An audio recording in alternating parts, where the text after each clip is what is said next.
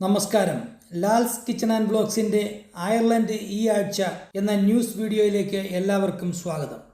അയർലൻഡിൽ നിന്നും പുറത്തേക്ക് വന്ന എല്ലാ വാർത്തകളും അയർലൻഡിലുള്ളവർക്കും ഇനി അയർലൻഡിലേക്ക് വരാനിരിക്കുന്നവർക്കും ഒരുപാട് സന്തോഷം നൽകുന്നവയായിരുന്നു.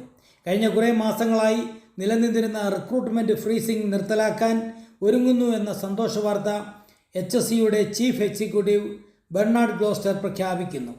തൊട്ടുപിറകെ തന്നെ HSEയിൽ ഈ വർഷം 2969 പുതിയ ജീവനക്കാരെ വിവിധ മേഖലകളിലായി നിയമിക്കാൻ ഒരുങ്ങുന്നു. അതിനുള്ള ഫണ്ട് HSEക്ക് കൈമാറിയതായി ഹെൽത്ത് മിനിസ്റ്റർ സ്റ്റീഫൻ ഡൊണേലി അറിയിക്കുന്നു.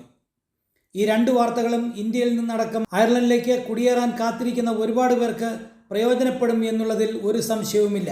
മാത്രമല്ല, ഇവിടെ അയർലൻഡിൽ പബ്ലിക് സെക്ടറിൽ വർക്ക് ചെയ്യുന്നവർക്ക് HSEയുടെ ഹോസ്പിറ്റലുകളിലേക്ക് ജോലി മാറാൻ പറ്റുന്ന ഏറ്റവും നല്ല ഒരവസരം കൂടിയാണിത്.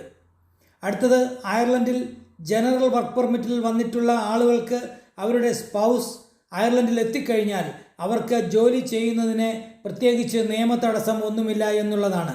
നേരത്തെ അവർക്കും വർക്ക് പെർമിറ്റ് വേണമായിരുന്നു.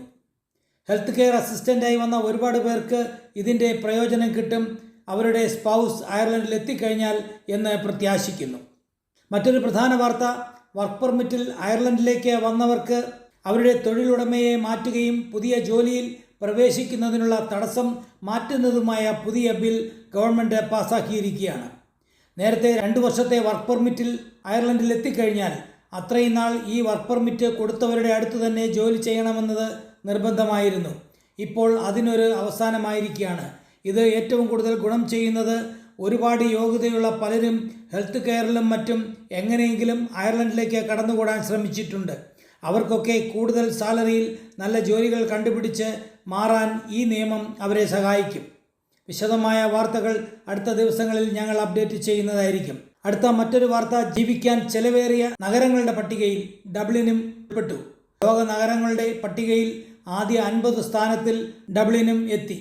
കഴിഞ്ഞ തവണത്തേതിൽ നിന്നും 10 സ്ഥാനങ്ങൾ കയറി ഇപ്പോൾ 41ാം സ്ഥാനത്താണ് ഡബ്ലിൻ്റെ സ്ഥാനം.